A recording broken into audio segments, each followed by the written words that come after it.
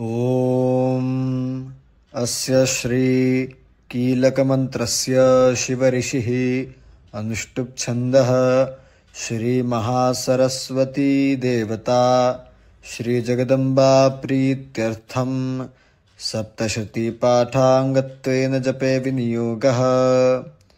ॐ नमश्चण्डिकायै। मार्कण्डेय उवाच। ॐ विशुद्धज्ञानदेहाय त्रिवेदी दिव्यचक्षुषे श्रेयःप्राप्तिनिमित्ताय नमः सोमार्धधारिणे। सर्वमेतद्विजानीयान्मन्त्राणामभिकीलकं सोऽपि क्षेममवाप्नोति सततं जाप्य तत्परः। सिद्ध्यन्तुच्चाटनादीनि वस्तूनि सकलान्यपि एतेन स्तुवतां देवी स्तोत्रमात्रेण सिद्ध्यति। न मन्त्रो नौषधं तत्र न किञ्चिदपि विद्यते विना जाप्येन सिद्ध्येत सर्वमुच्चाटनादिकं।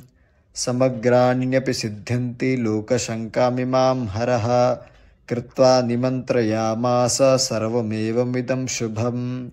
स्तोत्रं वै चण्डिकायास्तु तच्च गुप्तं चकारसः समाप्तिर्न च पुण्यस्य तां यथावन्नियन्त्रणाम्। सोऽपि क्षेममवाप्नोति सर्वमेव न संशयः। कृष्णायां वा चतुर्दश्यामष्टम्यां वा समाहितः ददाति प्रतिगृह्णाति नान्यथैषा प्रसीदति।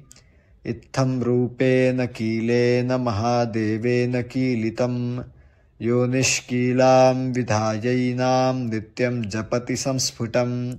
स सिद्धः स गणः सोऽपि गन्धर्वो जायते नरः न चैवाप्यटतस्तस्य भयं क्वापीह जायते।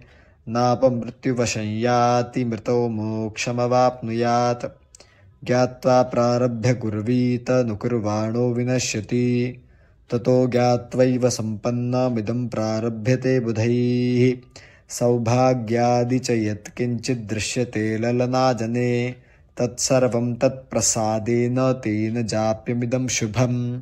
शनैस्तु जप्यमानेऽस्मिन् स्तोत्रे सम्पत्तिरुच्चकैः भवत्येव समग्रापि ततः प्रारभ्यमेव तत्। ऐश्वर्यं यत्प्रसादेन सौभाग्यारोग्यसम्पदः शत्रुहानिः परो मोक्षस्तूयते सा न किञ्जनैः। ॐ